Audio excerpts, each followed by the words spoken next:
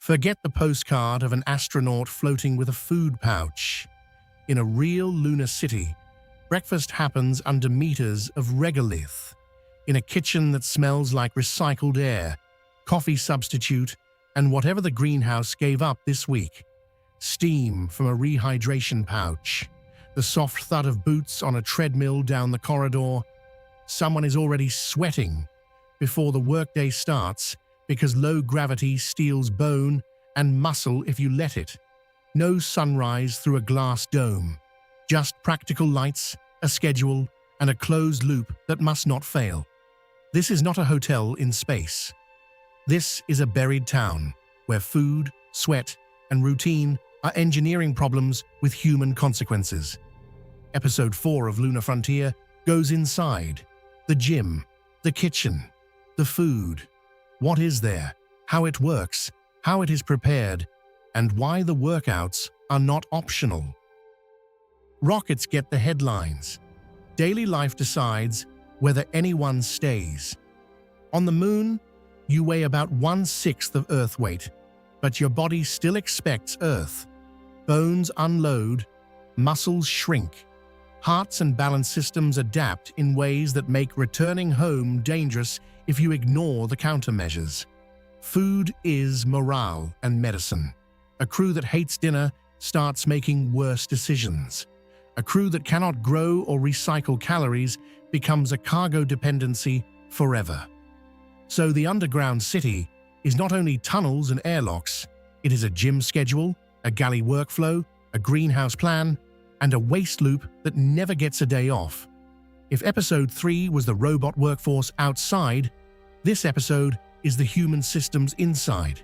Not another tour of diggers and ice. A tour of Tuesday. The question is not, can we land? The question is, can we live here when nothing glamorous is happening? The lunar gym is not for beach photos. It is medical infrastructure. Expect treadmills with harnesses so you can run when your body wants to bounce. Resistive exercise devices that load the skeleton because free weights behave strangely in low gravity. Cycling ergometers. Maybe squat and deadlift frames anchored to the floor like industrial equipment. Workouts are prescribed, tracked, and non-negotiable, often around 2 hours a day on long missions, scaled to crew size and habitat power. Why? Because without load, bones lose density. Without intensity, legs forget how to stand on Earth. Without balance training, a simple corridor turn becomes a concussion risk. Crews rotate through strength days, cardio days, and mobility work that keeps joints alive in a habitat that never gives you a long walk.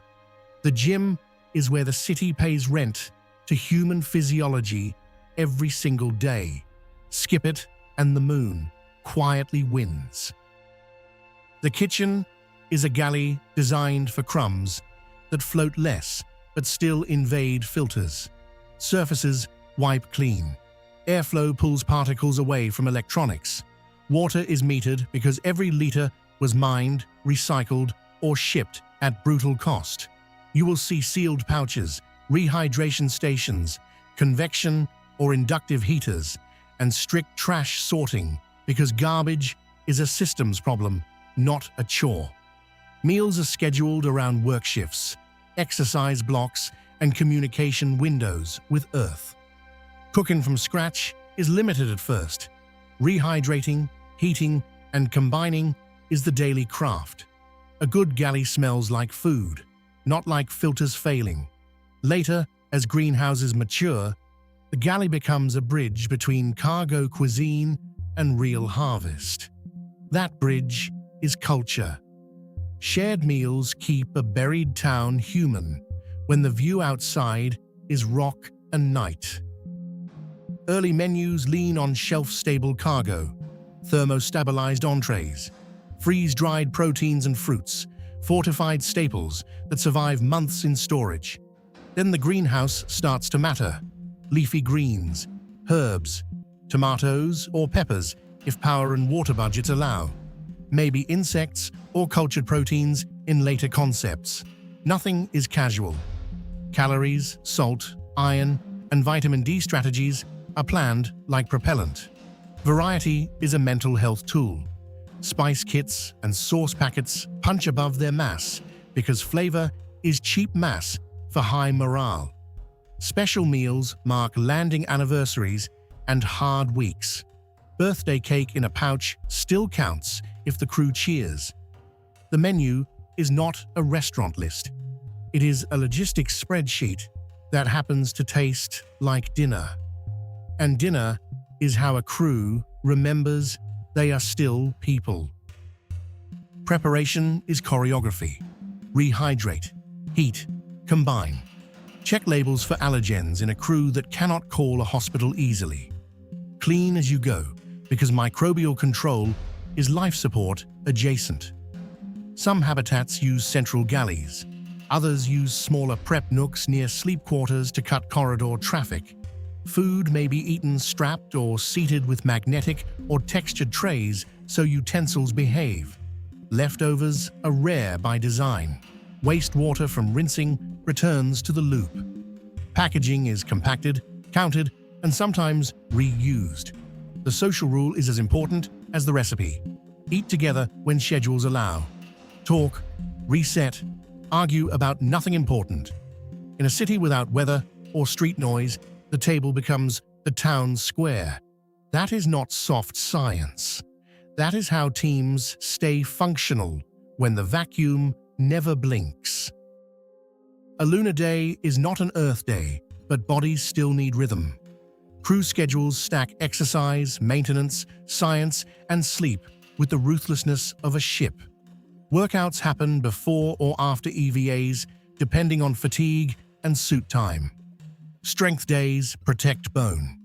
Cardio days protect heart and endurance. Mobility days protect joints cramped by habitat volume. Private time matters too. A curtain, a headset, a message from Earth can be as important as a protein ration. Because the hardest part of living underground is not the vacuum outside, it is the sameness inside. Same corridor, same lights, same recycled air. Good food and a hard training are two of the few levers that keep a crew sharp enough to run a city that cannot afford a bad week. Routine is not boredom. Routine is survival with a calendar. So life in the lunar city is gym time that saves your skeleton, a kitchen that treats water like treasure, and food that is half cargo, half garden, all discipline.